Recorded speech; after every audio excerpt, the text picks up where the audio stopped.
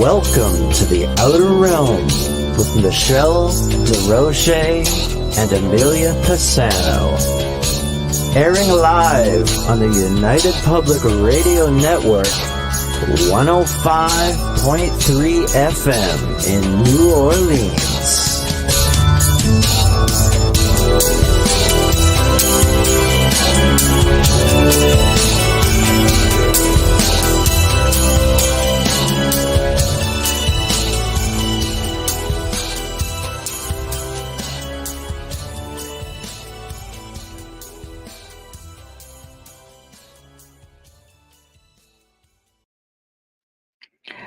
Welcome to the Outer Realm, everybody. Thursday night segment. Welcome, welcome, welcome.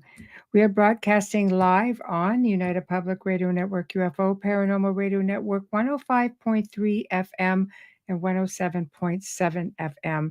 We are fully sponsored by the amazing people over at Folgers Coffee who have been a part of our journey since the very beginning. So thank you, Folgers. We just could not do it without you.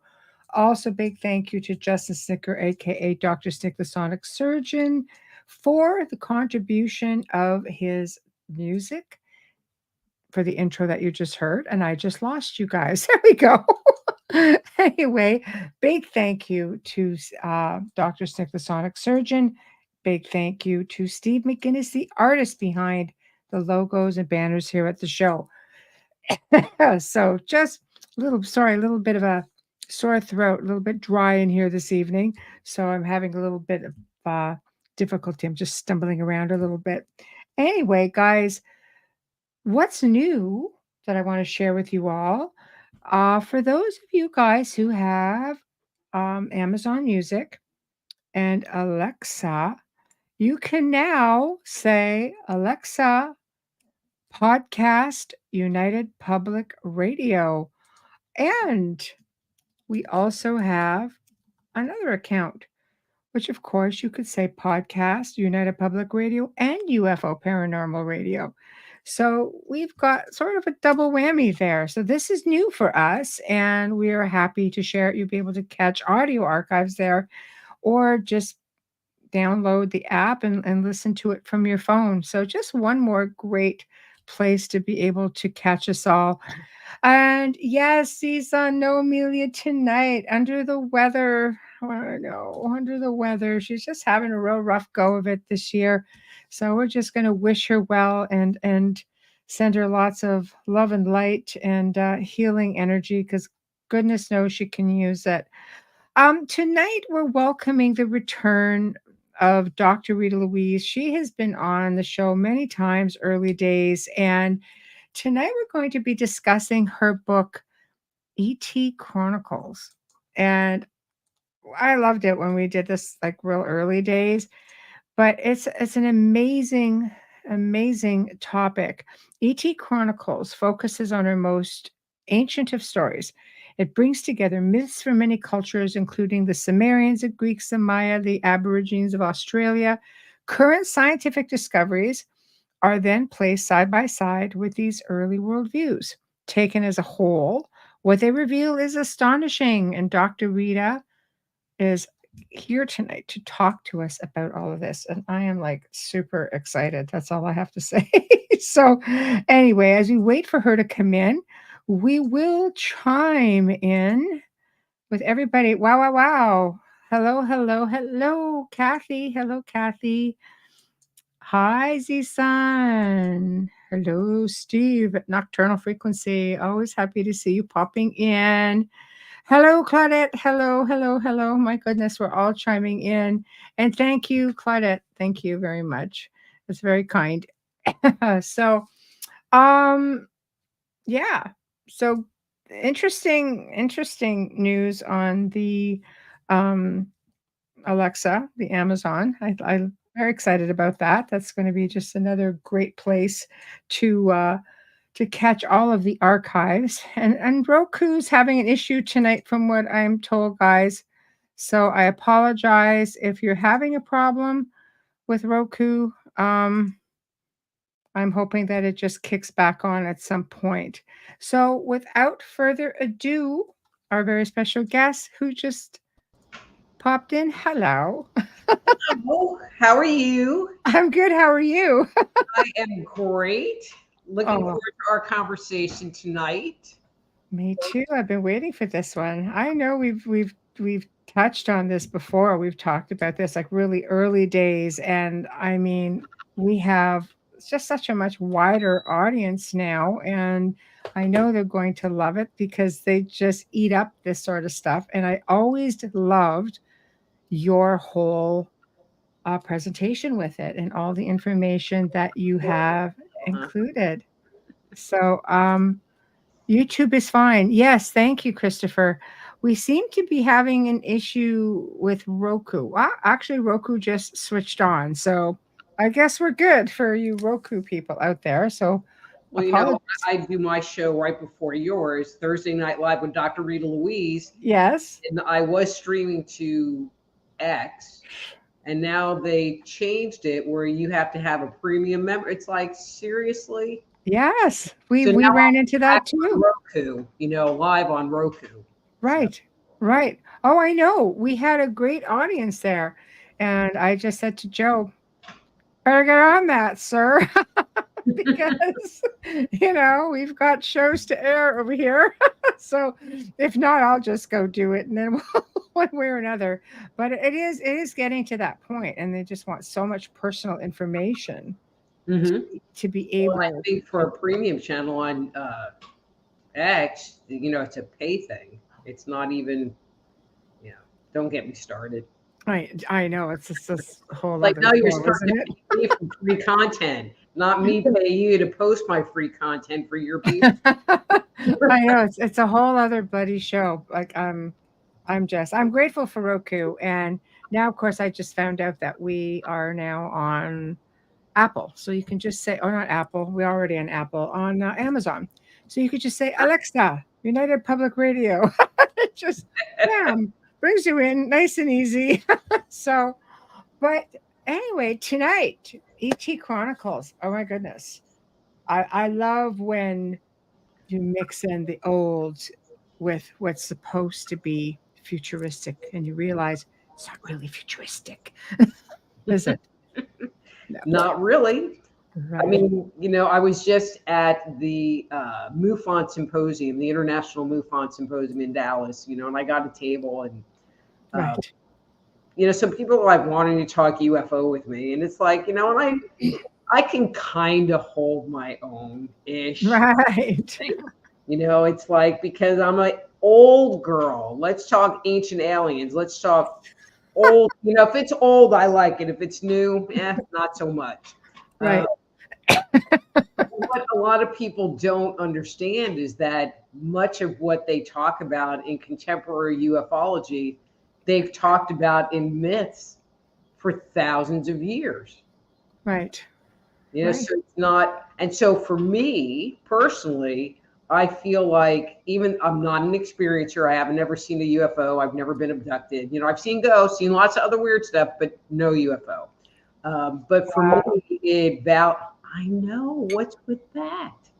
Although if I go on like some weird mountain road somewhere in the middle of the night, I always am like looking at the clock just in case I have missing time. That's funny, actually. That's funny. I do that as well. you know? I know. I'll be driving and I'm just like, seems like we're making this trek really quick tonight. It doesn't make sense. I don't even remember passing this place. hmm Probably just my old brain, but realistically, I always check the time as well. It's pretty funny. I become so conditioned. So, but I am an experiencer, so I never know. I mean, it's always very possible. So let's start from the beginning then. A lot of people talk about obviously, the Anunnaki seems to be the big one because it's just I think it's just out there and it's resurfacing now with movies and documentaries, things of that nature. And, we've talked about the biblical part of things, but I don't think people realize just how embedded it actually is in the things that we follow and that we trust the good book. But that's a hard pill to swallow because I've had Christians say, no. Okay. Okay, so there's like a whole lot of places I can start, but can you like hold that question for a minute so I Yes. can set some Yes. groundwork Yes. for my work, because I Okay. think it'll make more sense. Okay. So, Perfect. So when I decided to start researching antiquity, it was when the December 21st, 2012, the world's coming to an end, Mayan calendar thing. And I was watching this documentary talking about the Mayan calendar, like on History Channel. And they were like talking about the calendar. And then they said, well, the Hindus say the same thing. But they didn't go into any detail. So, Right. it was kind of mainstream media. So I had to go look. And they didn't really say the same thing, although it was kind of similar, Right. which led me down this giant rabbit hole to find a bunch of stuff. Mm-hmm. And so fast forward to writing the book. And one of the things that I uncovered, which I think many people don't talk about, is that on the earth, we have what I call a global narrative. And so there is a story that is the story of the gods that transcends continents and transcends cultures. And so you find stories of the creation of fire, the creation of man, the Noah type flood story. One of my personal favorites is the sun, moon, and the stars being put in the sky. This battle between the sky gods and the fertility gods. And there's a level of consistency that you find from culture to culture that is undeniable. There is a certain amount of telephone that happens, but the core of the story stays the same. The names change, little details change, but the pace of the story, the characters involved in the story are very consistent, very consistent. And so it's from that basis that all of my work comes from and all of the commentary comes from. And so when I released the book, there were a few people that were like, well, you didn't include anything about Atlantis. And I was like, well, there's really only one person in one group that talks about Atlantis, and that's a Greek. Now, for me to consider it, I need to find a story, a Sumerian story that goes along with a South American story, that if I can find it coming out of Australia, I'm like, woo-hoo, because it's old. And so once I find, especially across continent, a consistency, then I add it to the pile of, okay, there's something to look into. Atlantis, nothing. Now, the sinking of Mu or Lemuria, there's lots of evidence for that, lots of myths. There's architecture, there's art, there's stories that really supports that account versus the story of Atlantis. So I didn't include it because it didn't fit. Right. Okay. So. But they've just sort of figured they've located that just off the Azores in Portugal now, right? They've just discovered this gigantic pyramid in there and other structures that are leading people to think this is it. And archaeologists are kind of like going, I don't think we can dispute it, but yet Portugal, let's just say they're not ready to dive in. It's underwater. Dive in and start excavating or doing proper archaeology to it just yet. But just because you have some kind of a sunken city doesn't necessarily mean Atlantis. Yeah, absolutely. I mean, it's looking like it's fitting some bills. I guess. An article, right, turned into a video. That so I was featured on Graham Hancock's webpage before they changed all the criteria. Right. And somebody made some mean comment, obviously. And I ended up writing this whole long response about a matter called the matter of proof. Right. And, and so because everybody runs around, it's like, Okay, I'm going to try it. It's a ritualistic item. It's a ritualistic item. This was a temple. And it's kind of like, well, how do you know? Were you there? Did you see the ritual? Did you see them using it? And then, of course, I have to be sarcastic in it.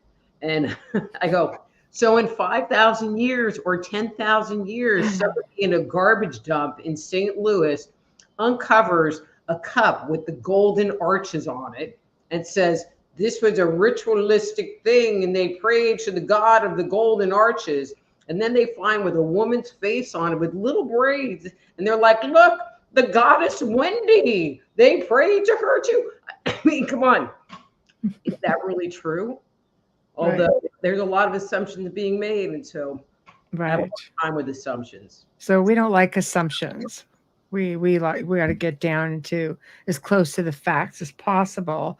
And I do agree with you. There is enough out there that shows that there were, I mean, let's face it, we're not the first kick of the can on good old planet Earth. We know that there have been many before us. We're looking at things that are hundreds of millions of years old, if not billions in some cases, that are fully functional. We see out of place artifacts. We see petroglyphs, hieroglyphs, geoglyphs. We see ancient structures with reptilians and lizards and snakes and grays, right? And we just cannot dispute that entirely. And we're looking, like, let's say King Seti's tomb for one, with the helicopter and the plane, and getting into the Mayans with the little planes, like that's tangible, right?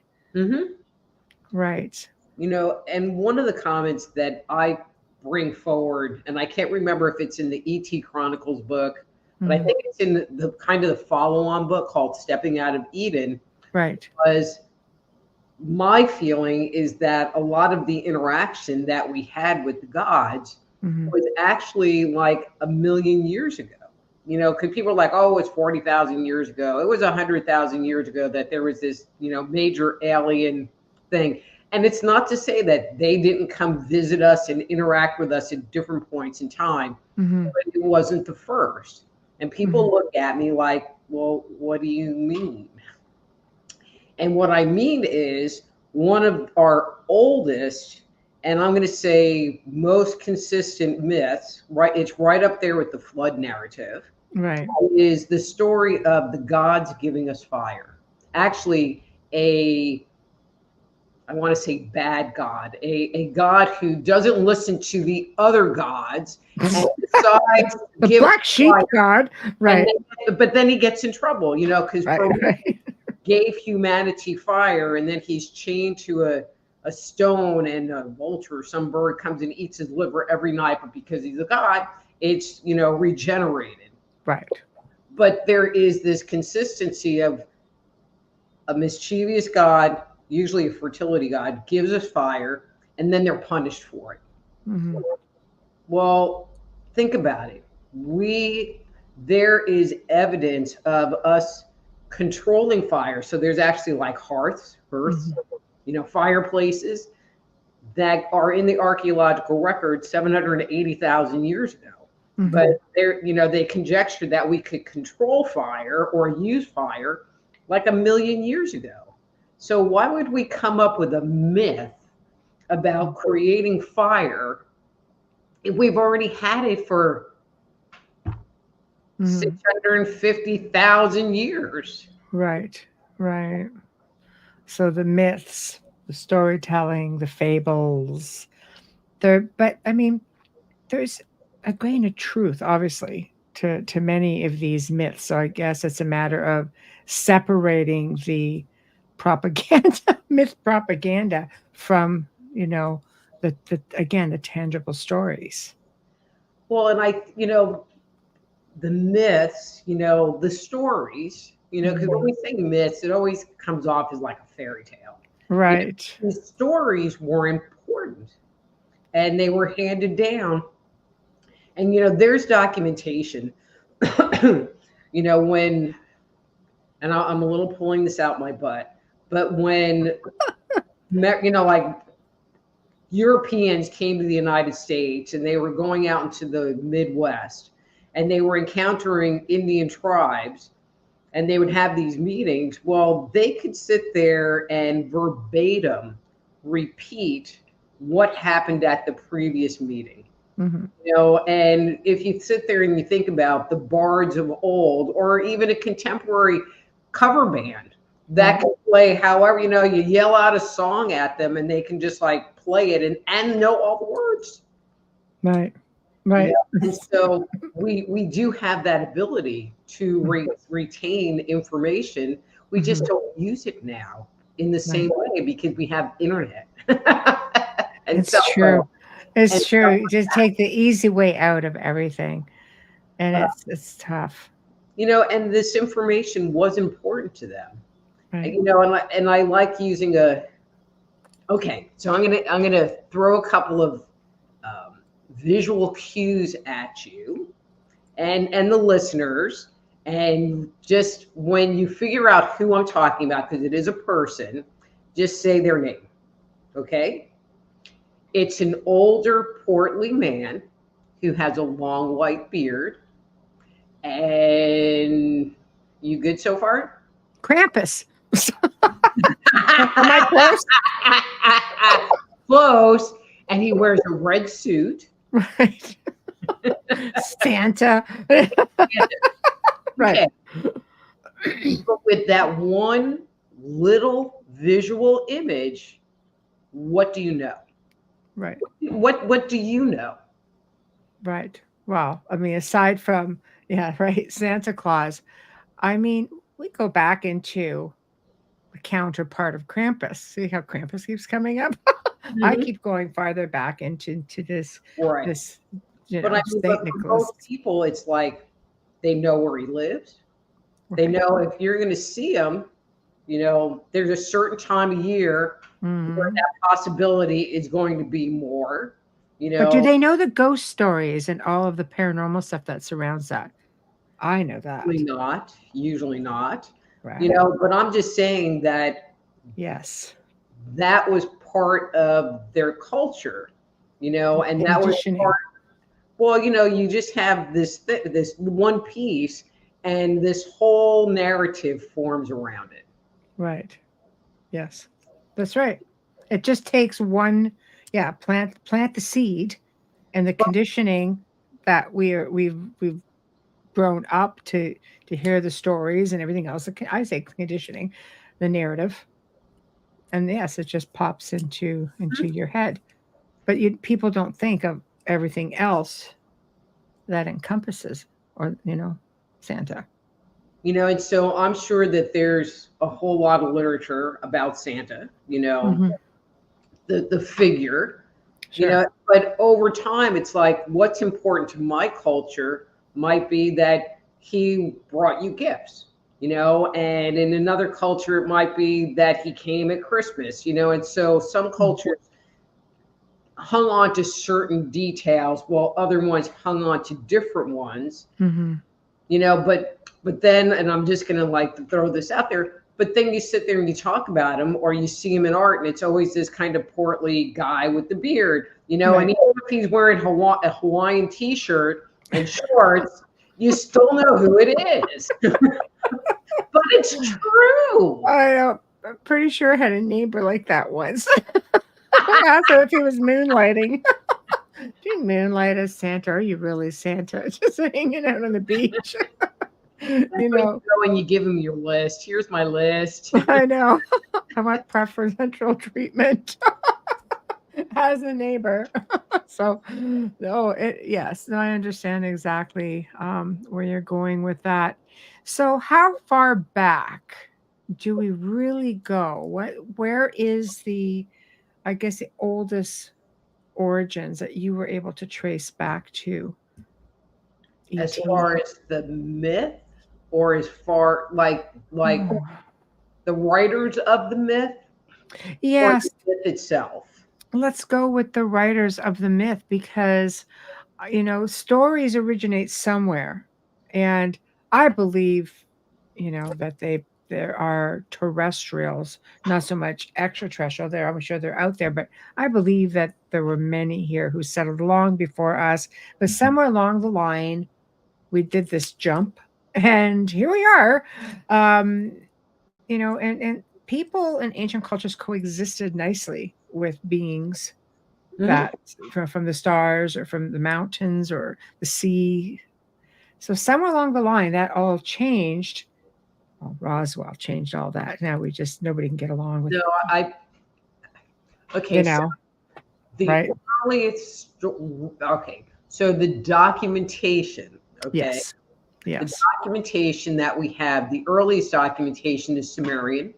So that's like 3,500 BC because they right. were the first people to actually write stuff down and document stuff. Hmm. But that does not say that that's when the story started. Like the story of the creation of fire, that's ancient, ancient, ancient, ancient, ancient. Hmm. Um, One of the things that I noticed in my research was there's that global narrative, and the global narrative literally starts with in the beginning, and it ends with the Noah flood story. And I like to attribute, even though I don't find parallel stories, kind of the Tower of Babel story where Mm. everybody's language changed and they couldn't communicate.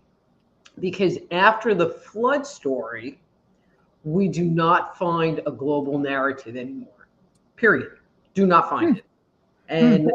And so it becomes more local story, local culture, and so in the global narrative, I'm a god, you're a god, we're hanging out, we're gonna go get in some mischief, we're gonna go like fight with these other gods over here, and we're gonna trick these people over here, and we're gonna like torment the people on the earth. And that's what these stories read like, like we're Mhm. all in the hood and we're hanging out. But after the flood story, the viewpoint of the narrator changes. So Mm. instead of it being the story of the gods told by the gods, because we're hanging out. And I'm just saying, hey, me and Michelle went down to 7-Eleven and we did this, and I went into the underworld and it was pretty cool. Um, Oh, what a Slurpee. Yeah. Yeah, right. it becomes, Yeah. I am this human being and God is up there and I am Mhm. going to be submissive to him. We went from gods to God Well, it could be as God. well. I'm just saying, Right. No, no, but I mean, like, you're getting into, like, it did change. It almost seems like the flood did change that. Like, you went from worshiping many, no, gods they to still work. That's mm. only in Judeo-Christian that they have one God. I have a comment about that, but Go crazy, girl. I just want to finish this thought, but Please. it changed from the gods are talking to each other Hmm. to I am this servile individual who has to give up my autonomy to this supreme being that watches over me all the time and can control my life. I mean, it's just a very different, like, why Hmm. do we as human beings make this decision Hmm. to surrender to some, excuse me, with this Who one, made the decision, and where were we when the vote came out? that somebody made up? Right. Yes, yes, yes, yes, yes. A fairy tale. Unless there was a time where they actually did interact with these beings and then that changed. But Mm. like our dog is always going to look up to us because we're the one in charge and we got the treats and they're going to listen to us. And if we yell at them, they're going to be upset. They never Mm. yell at us. All right, try not to. Mine's stubborn as hell, but but there is a level of submission, and we are subservient to this now, and I'm saying this in the worst possible context, Mhm. invisible being that lives in the sky or invisible being, whatever you want to attach to it. Mhm. So back to your like only one God. And Mhm. so when I was writing ET Chronicles, there were two, I'm going to say, books that I like put over there. And one was the Bible, because I really didn't want to write a book proving or disproving the Bible, and I Right. didn't want to use their narrative. And the other one was Zachariah Sitchin's books, because they were very popular there at that point in time. And I didn't want to replicate his work. So they got over there.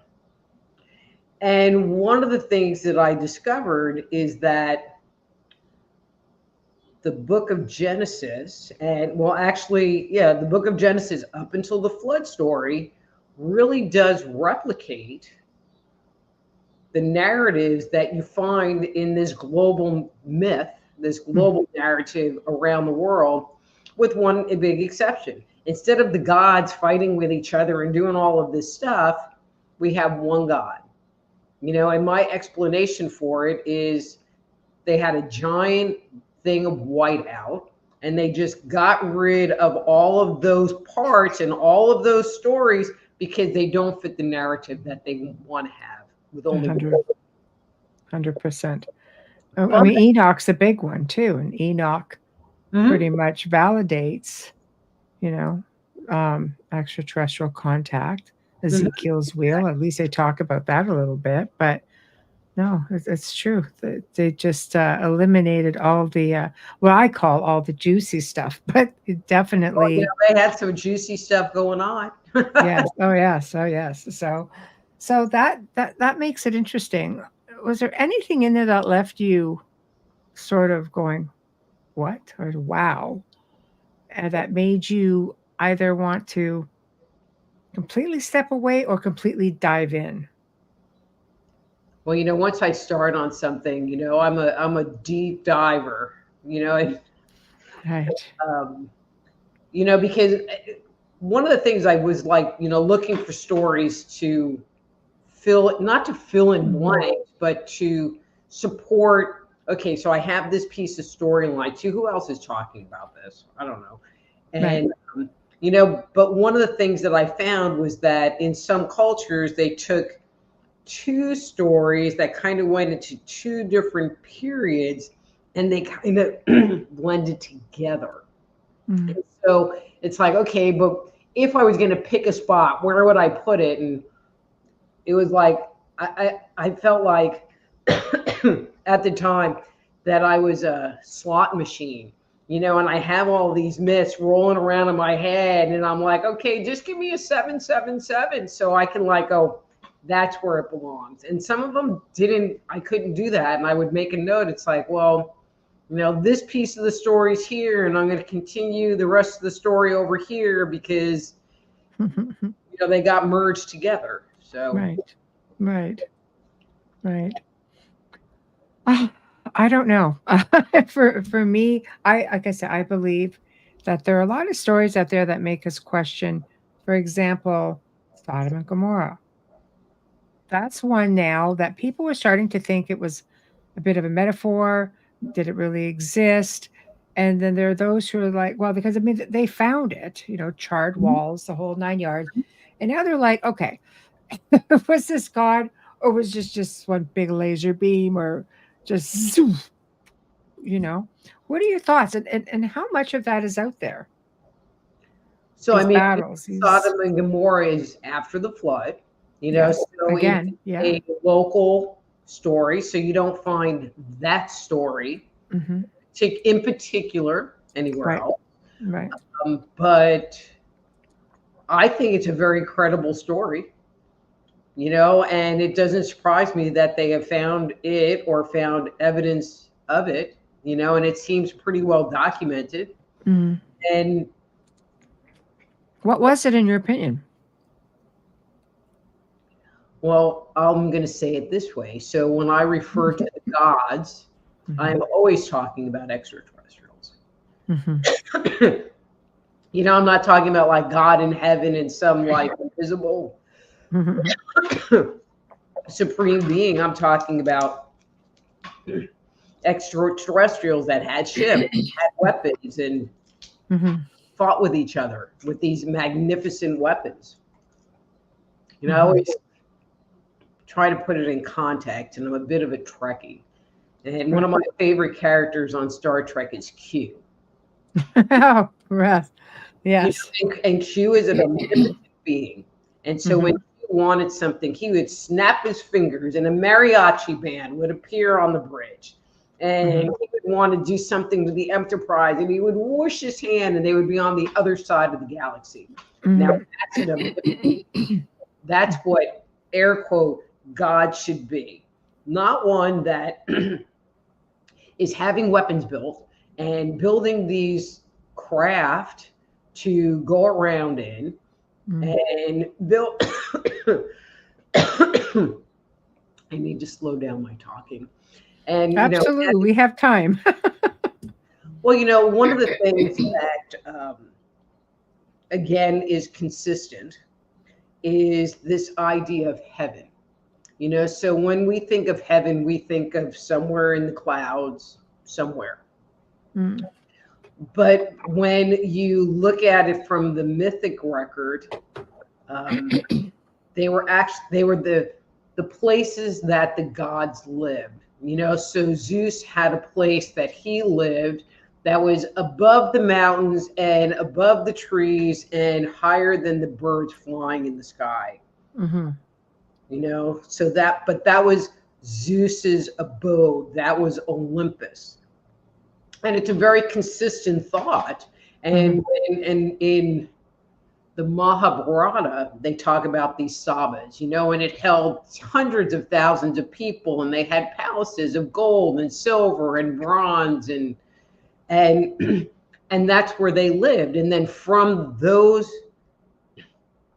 I think of like on Star Wars, those giant V-shaped ships, where Darth Vader hangs out, the Imperial cruisers, I think that's the name of the giant ones, that these smaller ships would come off of, where you get the ideas of the flying chariots or the Vimana, because that was more like the local transport, to get you from the heavens to the earth. But if you're omnipotent like Hugh, why would you need that? They didn't even have transporters. Come on. It's true. It's just a thought. Well, you would do it with a mere thought. That's highly advanced. But were they really that highly advanced, or did they just have technology that we couldn't explain? Just like people that go into the Amazon and they have a lighter, and they're amazed because they have a Bic lighter and it's magic. Okay.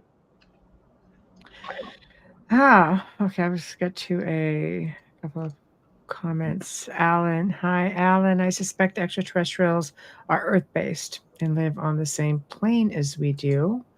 And Claudette, people that believe in flat Earth say that they are Earth-based. I don't know. I think there are.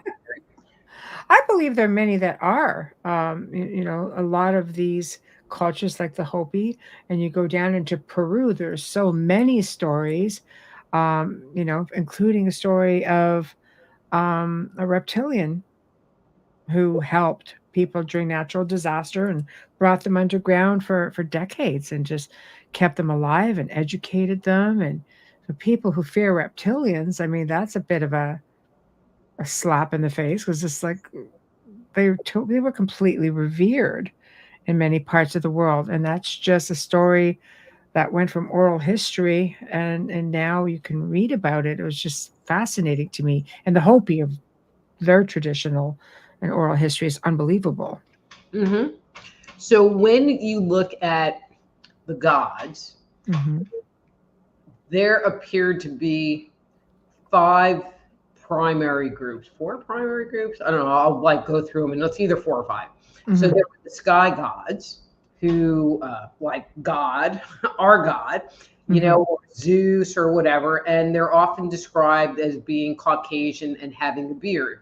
So you see images in South America of these white-faced, bearded figures, and they see them as gods or sky people, and because they interacted with this group as well. Then we have what are called I call them the fertility gods, and they were tied with water. They were tied with the creation and education of humanity. They were usually the trickster people, And when described in art or in described in literature, they're often just half man, half snake, half man, half fish, but some reptile-y thing that were able to change their form, so they were also shapeshifters.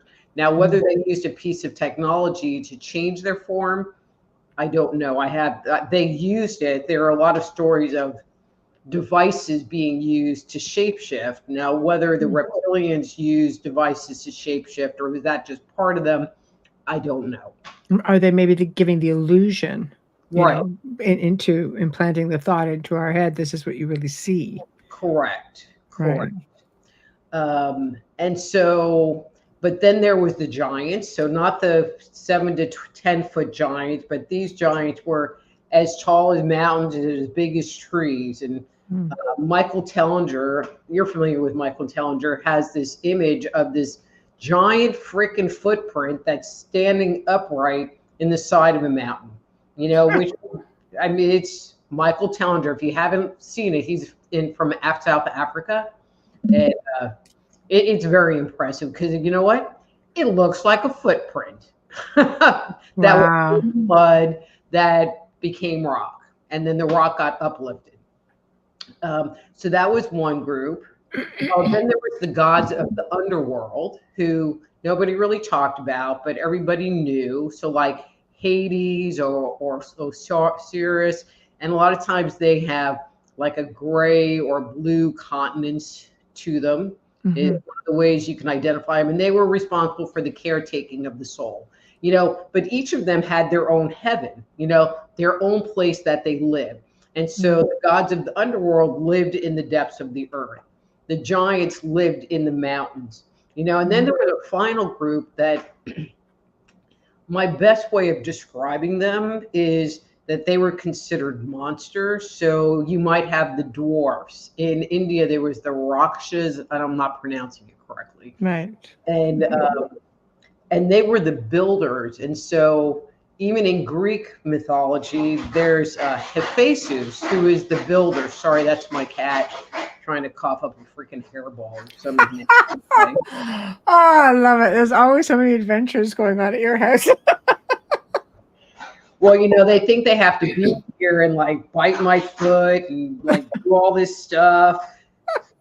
I'm not even going to get into it. Anyway. I love it. But Hephaestus was the master builder. So if you saw like Clash of the Titans, he was the one that built the little owl that I think it was Perseus had, but he built the weapons and stuff like that.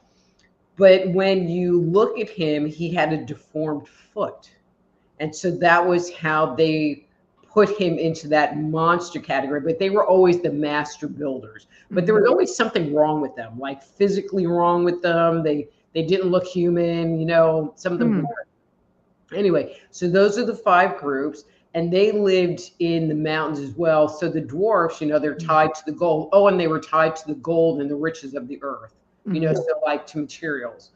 The fertility gods were associated with the watery deep, so when they talk about USOs and things coming out from the depths of the ocean, hello, yeah, there's stuff going on down there. Yes. So, I think based on the mythological record that reptilians are here, without going into a whole long story, but please do. We love the reptilian stories. So here's the narrative, and it's just kind of long. And so in the beginning, see, there's kind of 2 beginnings, and it gets a little confusing. So they're based on whose timeline you use. In some cultures, you have 5 worlds. So like in South America, you have 5 worlds. And in Greece, you have 4. And it starts with the Golden Age. So with that said, see, this is one of those ones that I was looking for those 7s because I'm like, how do they line up? How do they line up? But I'm going to use the 5 cycle time because it will make more sense. And so during the first phase, and this is prior to the Golden Age, a group of 8 extraterrestrials came in a cosmic egg. And so this idea of a cosmic egg is a very consistent idea. And they went to a world that was half light or semi-dark, but it was just not very bright. How's that? Mm-hmm. And there was either a natural catastrophe, but anyway, they end up, so the progenitor gods, the ones who led this expedition, this group of 8, had children, or their subordinates, because it depends on kind of how you tell the story, revolted against the progenitor gods. And they end up taking off and settling someplace else. And where they settle is on the earth. Now, it doesn't say that. This is me taking these narratives. And my thought was that perhaps that first world that they went to was actually Mars. Because timeline-wise, there was a destruction. Mars had an atmosphere, but then because of meteor activity, it was destroyed. And so it fit into my little chronology of this whole thing. Anyway, right. So the group that left, the revolters, were the fertility gods, were the reptilians, and they came to Earth and took it over. And so that began the golden age. And so they're here hanging out and they're doing stuff. There's not a whole lot of information. I know from the Indian cosmology, they talk about the churning of the Milky Ocean, trying to bring stuff up from the depths. And one of the things was the elixir of immortality. Anyway, so they're here. And so from the blood of Kronos came the giants. So this is the 7 to 12 foot giants who inhabited the earth prior to the creation of humanity. And and so they were kind of like forced into doing a bunch of labor. Right.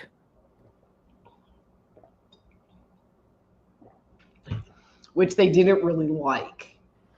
So, and they were like, but we're the sons and daughters of the gods. Why are we having to do this? So now a war breaks out between them and they lose.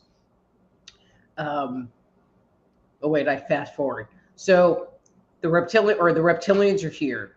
So then a different group, the sky gods, immortalized by Zeus, with the fertility god being Kronos.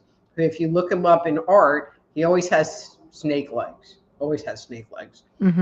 They have a battle, and the sky gods, that guy up there wins.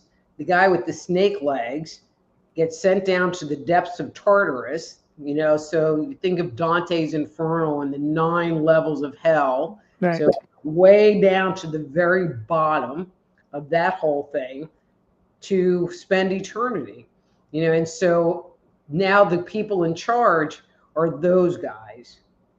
So in the meantime, the giants are pissed off. They don't want to do the work anymore. There's a battle between the gods and the giants where the giants lose. But one of the things that comes out of it was the decision to create humanity. And so humanity was created. And I joke around because we think we've been here for forever, but when you look at this whole storyline, it's like we were at the end of the book. Damn it. The end already. Yeah, there is the very, I think a lot of people believe that the reptilians were here. There's a lot of stories that come out even from Africa. I think they're still here. Yeah, well, yes. Yes, absolutely. Who are the main, the main group that have just transcended time and that you believe are still here? The ones that we all see. I think the Greys, I think we've got, obviously the reptilians, the mantis, we've got, there's so many. Like I think Paul Hillier said at one time there were, 130 different races, which makes us kind of like Grand Central Station. Mm-hmm. So it really only identifies 4 kind of specific ones. Yes. And then there's that group of monsters that could be anything. Mm-hmm. It can, because it's kind of like the hodgepodge of like, well, you're just the worker bees anyway, so we don't really care who you are. Right. Little drones. Yeah. Kinda. Right. So, okay. Well, I mean, when we look at ancient Egyptian culture, Mm-hmm. we see there seems to be quite a bit there as far as even tall grays and tall whites actually being pharaohs. Have you heard? There was an article that I believe the Russians, was it in the 70s, that were tipped off. The KGB got tipped off by somebody who worked at the pyramids or the Valley of the Kings, wherever the case may be. I thought there was a tomb that was close to a pyramid somewhere, but I could be wrong on that. I'm a bit sketchy on my details. So they went in, and there are photos and video taken of this where the KGB goes in and they find this huge sarcophagus. And when you open it, and you can see it's really old, like old photos and such, it is a total ET. Tall, the full big eyes, almond eyes, like the, big head, and full on ceremonial, he's got the chest plate, everything. Why don't we hear about that? Why are we not hearing about this as, this ET pharaoh? Because it would destroy the narrative. Ah, There's our that's right. That's collective where narrative, I want to and go with it. it would, when I went to write the book, I thought I was going to write this book for anybody, everybody. Mhm.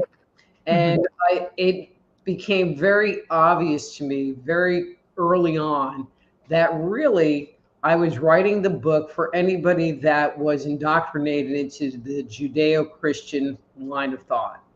Because if you are from Australia, you believe in sky people. And if you're from the Americas, you believe in sky gods. And India's got like 500 gajillion gods, and they're flying all around all over the place. I mean, that's just part of their culture. Right. And so this brainwashing really is held in this cultural group. And, but they're the ones that kind of control a lot of the information. And they don't want it to get out there. I mean, it's right up there with the church. They don't want that material to get out there, that, you would be putting false gods before you. Mm-hmm. Well, the church had a way of bastardizing a lot of information. I read an article recently that Yahweh, of course, being more of a Hebrew god, but apparently was a counterpart to Baal, who the church said, no, that's a demon, who apparently was a favored deity, very loving. And this is a lot of information starting to come out. So I think some of these gods or some of these ET sort of got swept under the rug as being these big evil counterparts. Again, narrative. So, but I mean, that in politics today. yes. Oh, and, yeah, that's a show. By that point in time, mm-hmm. By the time you get to, and I'm going to say like Moses time, the contact between people and the gods was finite. It was finite. And so there would be an individual who would communicate with the gods. So Moses would go up Mount Sinai and he communicated with gods. Or he would go into the Holy of Holies and he would communicate with God. But the only people that could go into the Holy of Holies were people that were totally indoctrinated, and they wore certain garments, and they had their ID chest plates on. And if you didn't have the ID chest plate on and you walked in, you got lasered and killed. That's a story right out of Exodus. And so, it makes me wonder, when Moses was in the Holy of Holies, if the extraterrestrials somehow came and interacted with him, but they were all, had the cone of silence on. And so if you were, a Levi and were actually given permission to go into the temple, and near the Holy of Holies, that you had a code of silence that you couldn't really share that. I think so. I think so. The same thing happened, with the Temple of Solomon, because there were writings about people going in and seeing people just coming in through. If you read it, I think you interpret it as, oh, that's a portal or a stargate or something, because they're literally coming through and they're going in physical form. So there's definitely some interaction going. Again, we get back into Enoch, who's probably your very first documented abductee. And highly active in the hybridization program too, apparently. So, to put it, just delicately. But how many more stories are there out there that are just like that we just don't know about because it was kept from us? I mean, it's out there. It's starting to surface. I think it's been hidden in plain sight in some cases. Just look for it. One of the things that I know, so especially in doing that material, I try to find the earliest and oldest documentation that I could find of people talking about these myths. So thank God for archive.org, because they had all these books from like the late 1800s and early 1900s of these ethnographers that interacted with the Native Americans or were in South America, or some of the Spaniards, their chronicles. You could find those online, translated, thank God. Or that went to Australia, and interacted with them, but collected stories and, got information. What was interesting was around 1930, 1940, in that window, they became whitewashed. Books became whitewashed. As an example, there is this book, The Ancient Gold Mines of Rhodesia. I think that's the name of the book. So I'm a weird person. I will read like some of the boringest, driest texts that, I used to show my kids. They're like, what are you reading? I'd show them. I'm like, you want to read it? And they'd be like, no, thank you. And they were like, But it was actually pretty interesting, because when I was working on the book, I was looking for the gold, which I never found particularly. And, so he's talking about different locations around South Africa and some other findings that you don't hear about from anybody else. He's talking about these gold areas, and then he's talking about this cemetery, and he goes, oh yeah, and they found giants in the cemetery. Just la, la, la, la, la, la. Oh yeah, there were giants in the cemetery. But it all stopped. It all stopped in the 30s and 40s, where they weren't truthfully documenting and sharing their findings. And now you read people's stuff, and it's kind of annoying to me. They just give their opinion. It's not an observation or a reporting. It's what I think about it, which really irritates me, because I don't care what you think. I want to know what you saw, and I want to know what you touched. And it's okay if you have an opinion also, but I don't just want your opinion, because your opinion is not necessarily fact, and what you think might not be what I think. As an example, I was taking this, I'm going to say Jewish class. I don't even remember, but it was a year-long, once-a-week thing where there was a whole curriculum, and I was the only non-Jewish person in the class. But they love me because I always had commentary. And so one of the things in Judaism is that on Saturdays, on Shabbat, there's a whole giant list of stuff you're not supposed to do. Like you can't write with a pencil. You can't turn on electricity. You can't cook. You can't, a huge list of stuff you can't do. And they said that you couldn't do it because this is what they did when they built the Ark of the Covenant, And so you can't do it. I don't know. But when I read it, the provision, it seemed like when they were building the Ark of the Covenant, they did it with passion and they did it with intention and they did it with this energy of we're going to create this thing. And it's like, well, but maybe if what they really want is for you to do these things with that level of vigor versus just don't do them.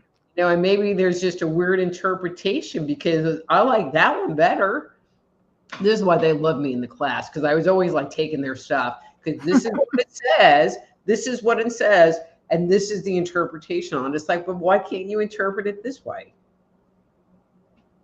It's true. That's the interpretation and perception. It can come in many forms. It can't just turn around and say, this is the way it is.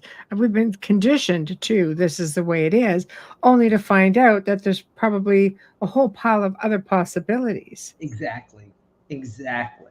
And that makes it really difficult. We live in an age of, like you say, the internet, where everybody's thoughts and perceptions can be put literally online.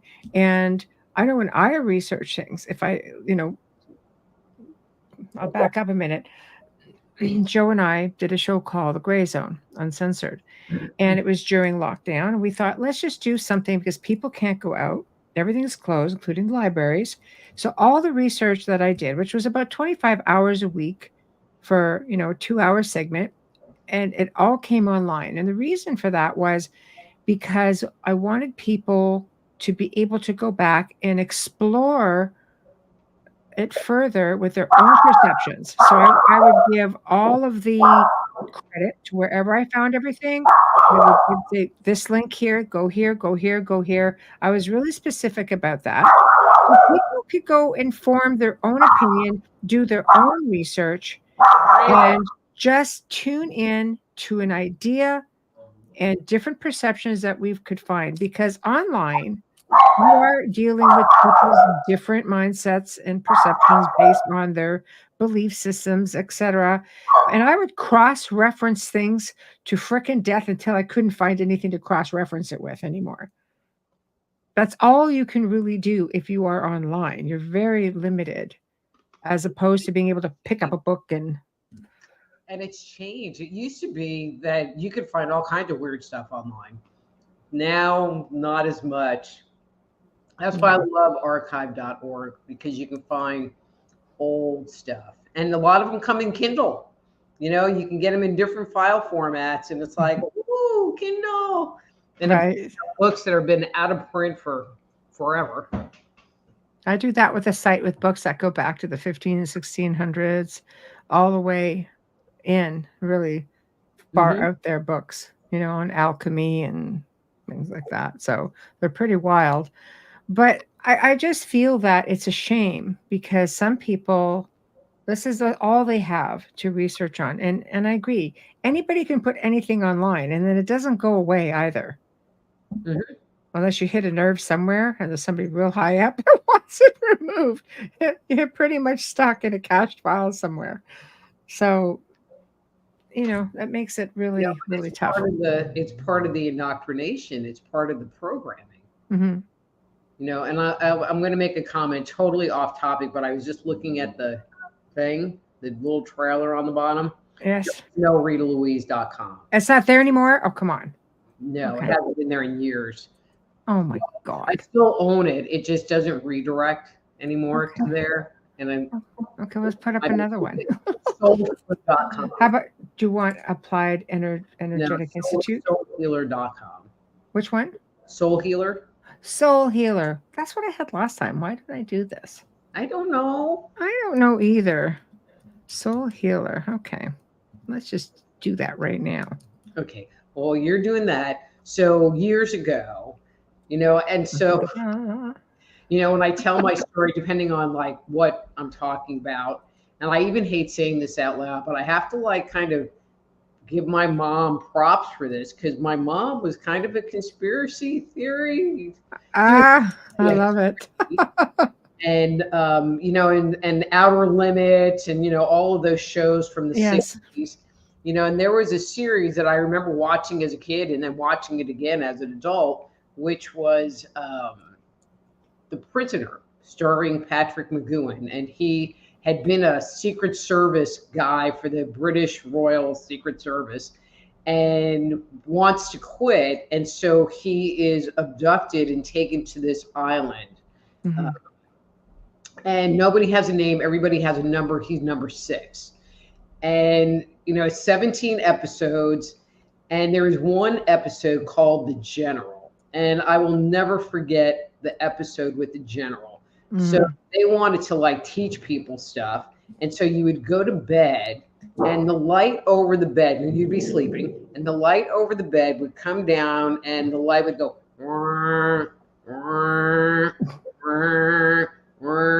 and then you would go out and you'd like get your coffee or whatever, because people hung out, and somebody would say something, and then they would be talking about like Ulysses S. Grant, and they're like going on and on about it, and then the other person would join in, but they would say the exact same words to the first person because this was like programmed into their mind, and it almost feels like it's kind of becoming that way because there's alternative thought keeps getting shut down.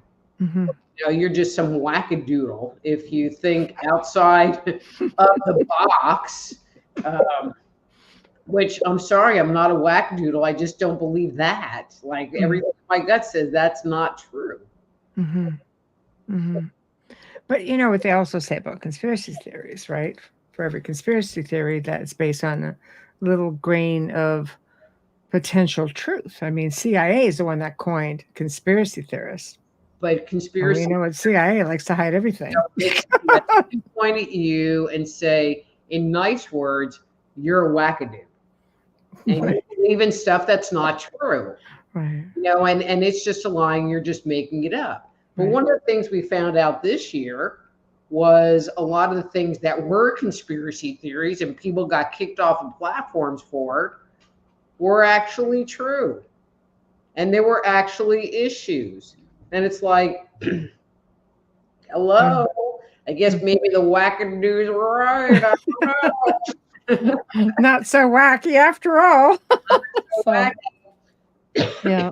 Well, it is really, different times when it starts doing the reverse. And that the conspiracy theorists are actually ahead of the game. All your quiet neighbors are coming up to you, the wacky one, going, did that really happen? Is that really a thing? It's Joe, Tom Connolly, UFO guy from New York. Anyway, he and I were joking around, and it's like, well, if more of these conspiracy theories happen to come true, because this was when they were like, Tucker Carlson was talking about like the UFO footage and the USOs, and that was starting to come forward like on national news. I'm like, if this keeps happening, we won't have anything to write about because there won't be no conspiracies left. That's true. Put it all out on the table. Just settle the world down a little bit. I mean, come on. There has to be something to a lot. I mean, there is something to a lot of it, but it is interesting. So, in your opinion, obviously, we're created by the source or something, alien intervention. How do you connect? Would you connect that with, the negative blood type that everybody's ancient aliens have talked about it. A lot of people are talking about it because it seems to only have surfaced in the last 30, 40,000 years. The negative blood type, is that what you said? Yeah, Rh negative. Rh negative. Yeah. So what are your thoughts? Miss Logical. And how that survives in a population, it doesn't even make sense to me. Because it would have to be like inbred, because it's a recessive trait, and so it would be one of the easiest things to go away. I don't really have an answer for you, but it is very curious that it exists in the first place. How that? Well, I mean, you go back during that time period, you had brown-eyed, brown-haired individuals, and blood type changes, especially down in the Basque people of the south of France, right? High concentration of it. And all of a sudden you start getting green eyes, blonde hair, red hair. And the percentage is just really small. I mean, both my parents are negative blood types. How? The doctor was amazed because like 3% of the world population is negative blood type, and you two find each other. And they're just like, whatever. So it is very fascinating to me. So do you have negative blood type 2? Yeah. Just asking. Yeah. So I do. Yes. And I'm meeting more and more people with negative blood type. Like we're probably at about 15% of the world's population now. But I agree. It's just strange how it has just managed to just keep going when the majority, you have 85% of the world's population is positive blood type, how it just didn't get bred out somehow. So and I talk about it in this book, Stepping Out of Eden. Okay. Let's introduce that. Because E.T. Chronicles really focuses on the story of the gods. Right. In the beginning through the flood narrative, and to sit there and talk about what was going on with humanity would have taken the book in a whole different direction. So I decided to just write a book just about why do humans act human? Again, Trekkie. Humans don't act like Klingons. Humans don't act like Ferengi. Humans don't act like Vulcans. They might look similar, but there is a fundamental difference because there is a morality and a sense of history and who they are that makes them be that thing, that culture, which makes humans be human. And, so one of the things you find if you start looking at the genetic record is that there were periods of time where giant genetic shifts happen. And I would love to just be able to rattle them off, but I can't. I would have to have a cheat sheet. One of the biggest ones, or to me, one of the largest ones, was with the advent of Homo erectus. So prior to Homo erectus, we were able to use simple tools, and we could kind of walk upright. But we were still hair covered. We still had a small brain. We were definitely more primate than human. And then something happened, and now we're walking upright. We lose our hair. We have language. We have started to produce art. Very basic, simplistic. There's not a lot of examples, but there is art, like carved shells that were dated to that period. We start living in communities, and we start to socialize in communities. So there's this whole list of things that changed with the advent. Our brain is bigger, of Homo erectus. Well, how did that happen? They can't find anything in the genetic record. They don't see any slow and gradual process. And the change from, and I'm just kind of pulling this out my butt here, from like the earlier homos, and Homo erectus was like 3 million years. So from a genetic evolution point of view, it happened too fast. So even to scientists, they can't figure out how we went from being this to this virtually overnight. Mm-hmm. But they won't tell you that. Well, I guess we're like the missing link, which Wayne says they can't seem to find it because we were genetically created. That's right. Or our DNA was modified. Is that That's the because it's missing not link? missing. Yeah. It doesn't exist. Yeah. Yeah. Well, I mean, yeah, there it is right there. So I have to leave that thought for a moment and do a station sponsor ID. Otherwise, I'm going to get scolded when this is over. Darn it. Okay, for everyone who is just tuning in, you are listening to The Outer Realm. And our special guest tonight is Dr. Rita Louise. We are broadcasting live on the United Public Radio Network, UFO Paranormal Radio Network, 105.3 from the Gulf Coast and 107.7 from New Orleans. So, topic tonight is ET Chronicles, and we are hot and heavy into how essentially, I guess, what myth and legend tells us about human origin. It's all in the title. There we go. We are fully sponsored tonight, guys, by Folgers Coffee, and we are so appreciative for them. See, Folgers, thank you. Been with us now for about 5 years, so we appreciate you so very much.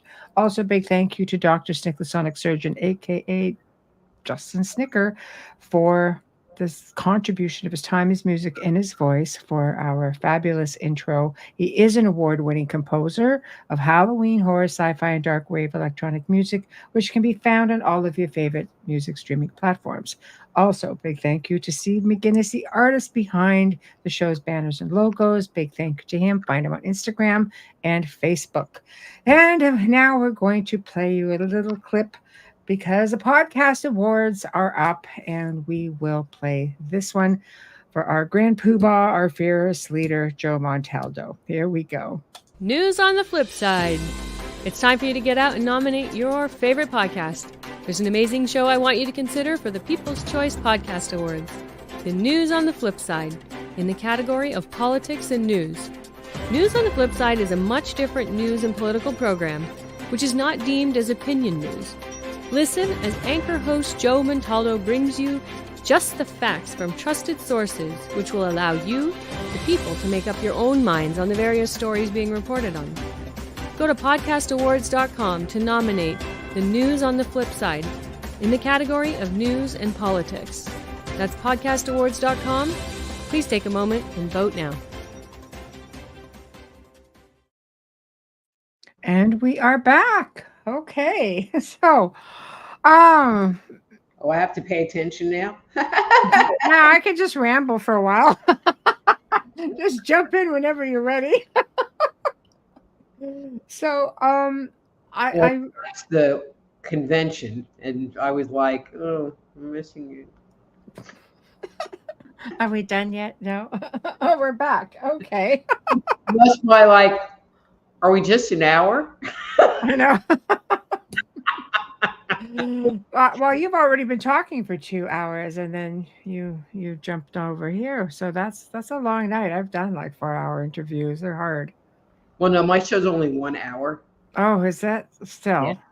It's a lot of talking. Hours painting today, so that was fun. Fine. Oh, it's, an hour getting the paint back off of me, so I'm not like all. oh gosh, you're killing me, but I love it. I love it. You do keep things interesting. Well, I made that comment. It was like I think I got it all scraped off, and so I go to comb my hair, and there's a big old wad of paint like right there in my armpit, and I'm like, how the hell do you get paint in your armpit? Oh, just keep your arms down while you're on air. Okay, but drips down from the ceiling. We up, yeah. I was going to show it all off. That's it. So, okay. So let's get back, because I know we've only got you for roughly another, 15 minutes or so. promised you an hour and a half so you could actually get some rest. Our loss, your advantage. Okay, parallels between modern UFOs, ufology, and your myths that you researched. Okay. So, no parallels? Maybe a few? there are a ton. So, one of my personal favorites, and I thought of this when I was like a teenager, was, in the Bible, there's a story, and we kind of touched on this a little bit. Moses goes to the top of the mountain, and God gives him the 10 Commandments. But now God wants to talk to the people. But when you sit there and you listen to the story or read the story, it's like this cloud comes in over the mountain, and the mountain starts to shake, and the sky turns dark, and I think there's thunder. And then God starts talking to the people, and it scares the crap out of them. And they tell Moses, like, no, you just go to the mountain, deal with that guy, and just, have him leave us alone. But it scares the crap out of him. But when you read it, it sounds like, many of these, ship encounters that you hear, and I mean, not all of them, obviously, but some of them that you hear, there are, we were talking reptilians, and they don't necessarily say reptilians, but there are a ton of stories of people finding caves and going into the underworld, or into these mountains and finding civilizations of not necessarily human people living there. Heard that. And a lot of these come out of like not New England, out of England, because I think they're just really well documented there. These stories of somebody has a baby, and the baby is stolen, and there's just a piece of wood left there. And so either the mother or some other woman is taken down into the underworld in order to nurse this baby, because the inhabitants down there aren't able to do it. And then when she's done doing that, they send her back to the world, and she's left with gold. Or you hear stories of people going into this underworld realm and having missing time. You think Rip Van Winkle, he lost 40 years. There's a story, there's a bunch of stories, a lot of in the Americas of the lost time stuff. But there's a story in India, and I don't have the details in front of me, where this guy goes into the underworld. He's lured there by a woman. And so they go to this place, and he thinks he's just there for a few hours overnight. I mean, not that long, and 10 years have passed.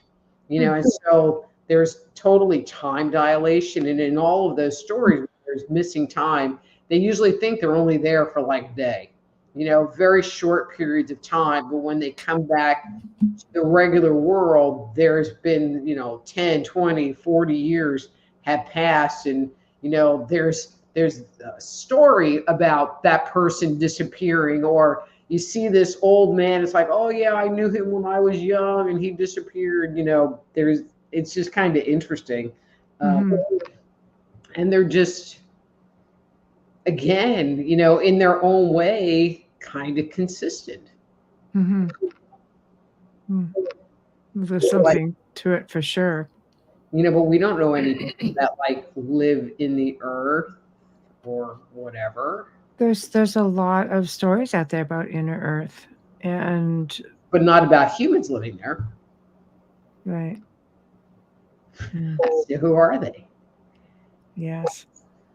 We had a guest on the show years ago now, and he was told a story that he shared with us about two guys who went into a mountain, and they saw like blue-skinned. They believed they were avians, and they were just going through a cave system, and they ended up, I guess, through this portal. And they asked them if they wanted to stay with them. Well, the one guy's like, yeah, I'm all about it. I'm just going to stay here. And the other guy's like, oh, I've got unfinished business. I'm just going to go back. I'm going to finish stuff, and I'm going to come back. And he goes, I'll come back and meet with you, because I would love to stay here also. And then he left. And weeks later, he went back as he was ready and he could never find it again and But never saw his friend again.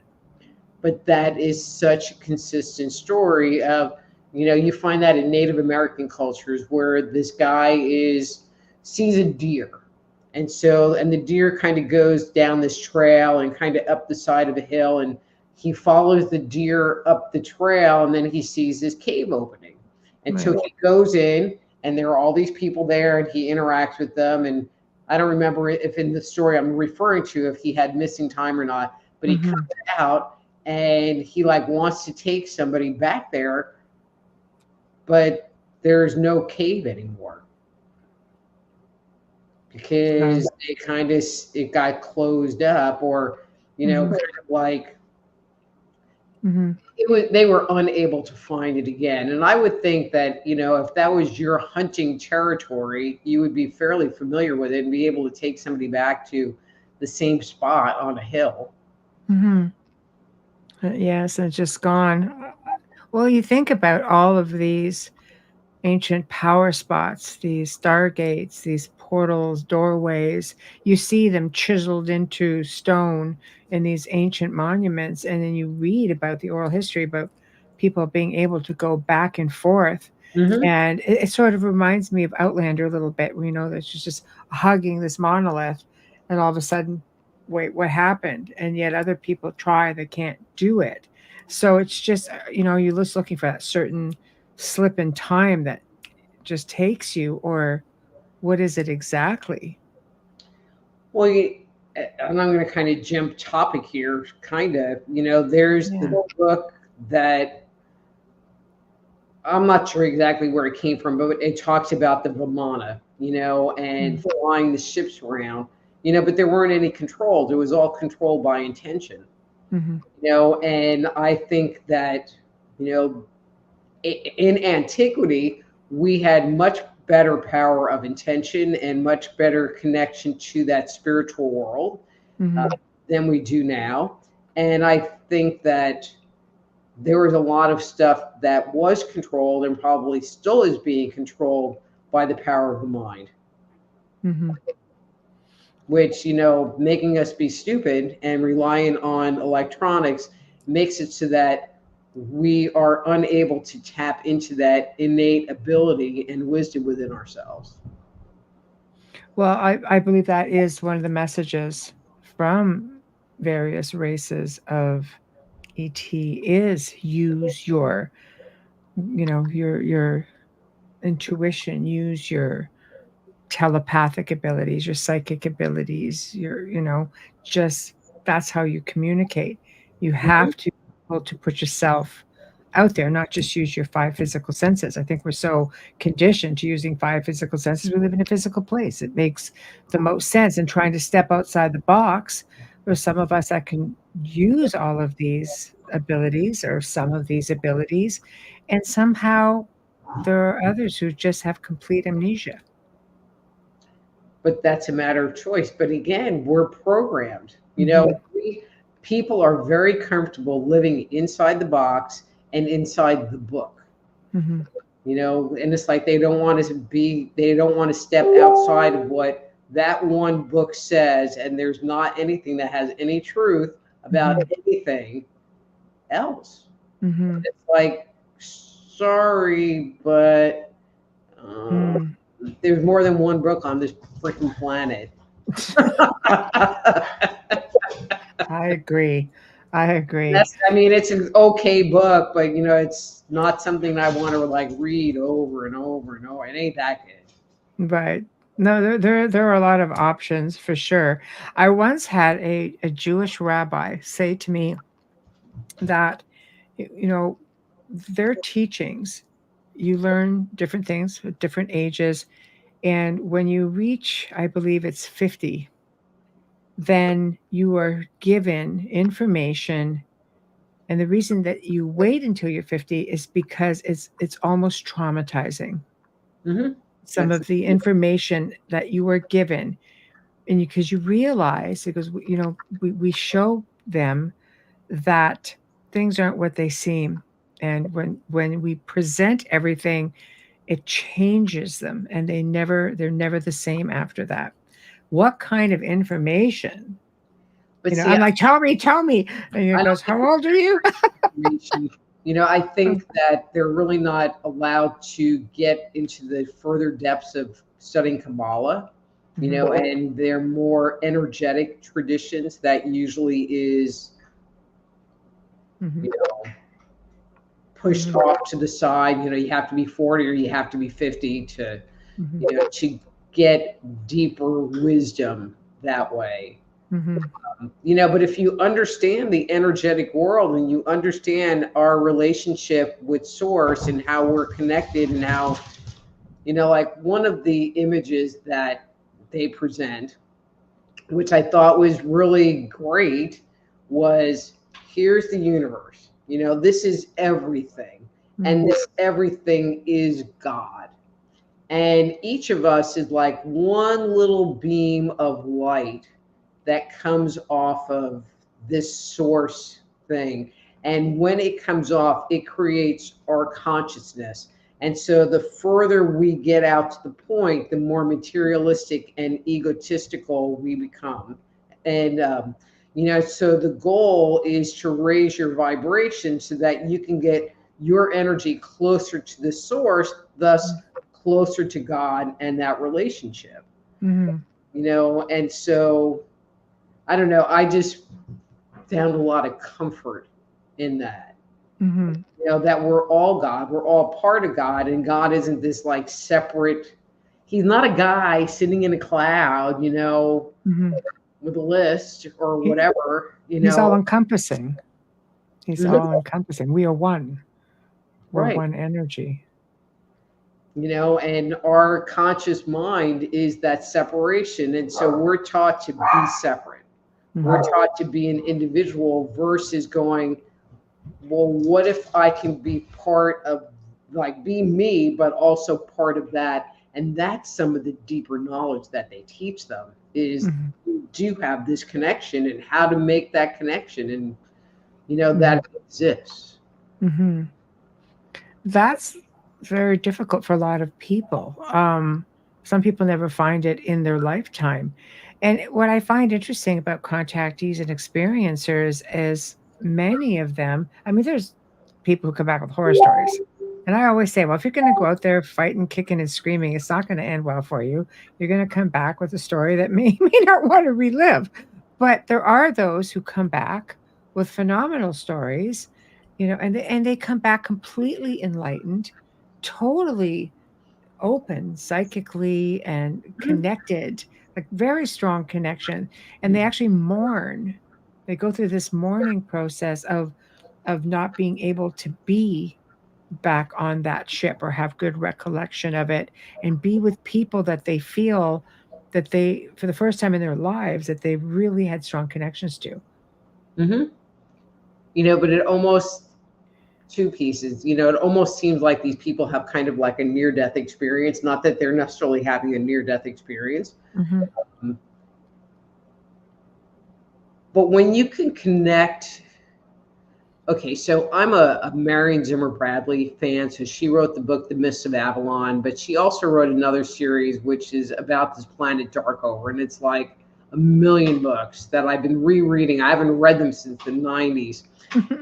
And, and it's about these people that live on a planet and they're all psychic, and so there's a level of connection and a level of intimacy that you can experience when you open yourself up to feeling and receiving that energy from other people. And I know I've experienced it because I'm a freaking giant empath. Yes, you are. And so I could see where if they had that kind of experience where it was like, where they were touched on the inside in a way that humanity doesn't necessarily do it, that they would want more of that. I can totally get that.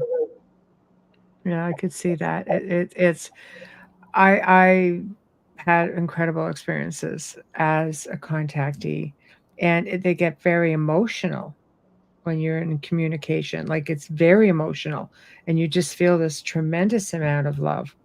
And Mhm. it's really hard to step away from some of that. Not that experiences with like reptilians, for example, so they could be scary for sure. But they're grateful, they show gratitude. They'll sound gruff and thank you. All right. you know, it's like Worf. you know so but it's a lot. Again, it's just mindset, how we're conditioned, or we see something that maybe we should fear. Some people jump in with both feet, other people just fear because of what they're looking at, and it could be completely, that person or being can be completely different. Mhm. It's finding the comfort level. I wasn't comfortable, with having with, like, night visits. I'm just like, it's intrusive. But I found myself always looking for it after a while. It's like, where are you? So it was just kind of a weird thing. Anyway, why, why don't you tell everybody where to find you, what you have coming up? Tell us about your show, Okay. please. So the best place to find me is on my webpage, soulhealer.com, not RitaLouise.com. Today I'm going to Oh, that's a big faux pas on my part. I apologize. still own that domain. And it used to have a redirect on it, and I don't know what happened to the redirect. But Ah, anyway, soulhealer.com.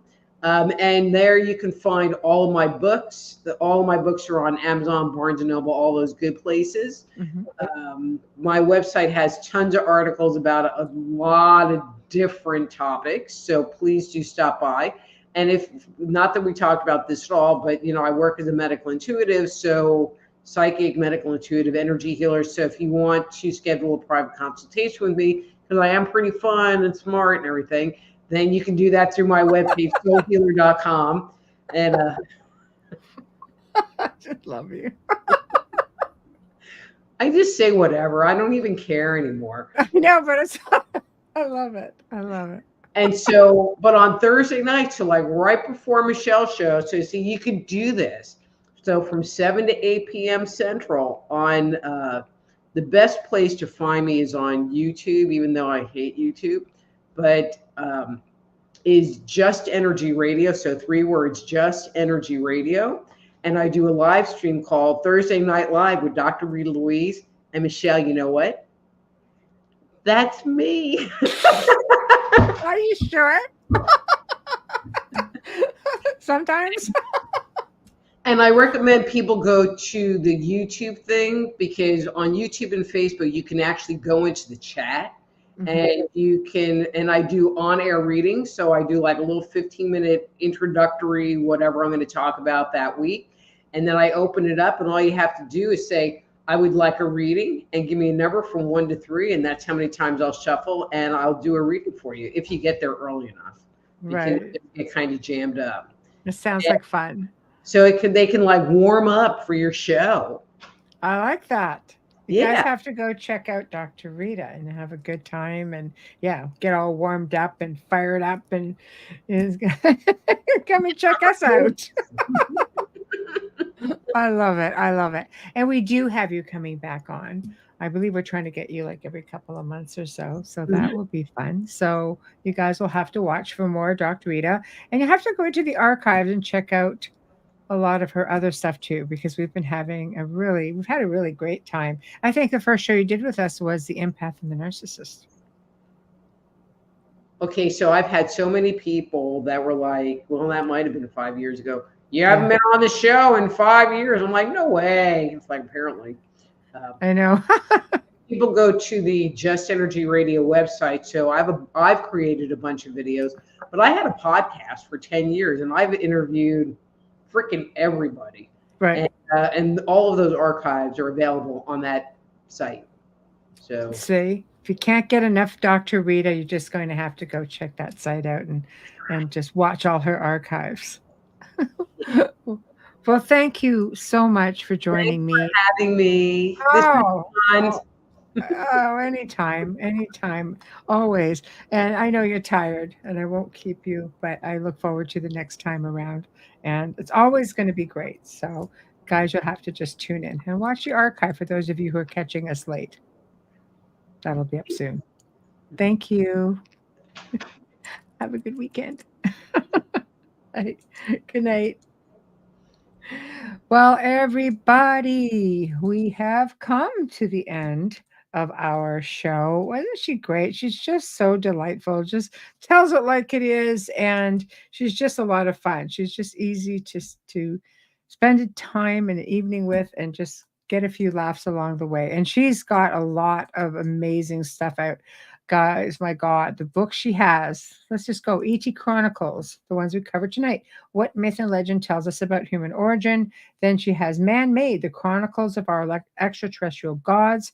Dark Angels, I think we've covered this one. An Insider's Guide to Ghosts, Spirits, and Attached Entities. Then she's got Avoiding the Cosmic 2x4 and The Power Within.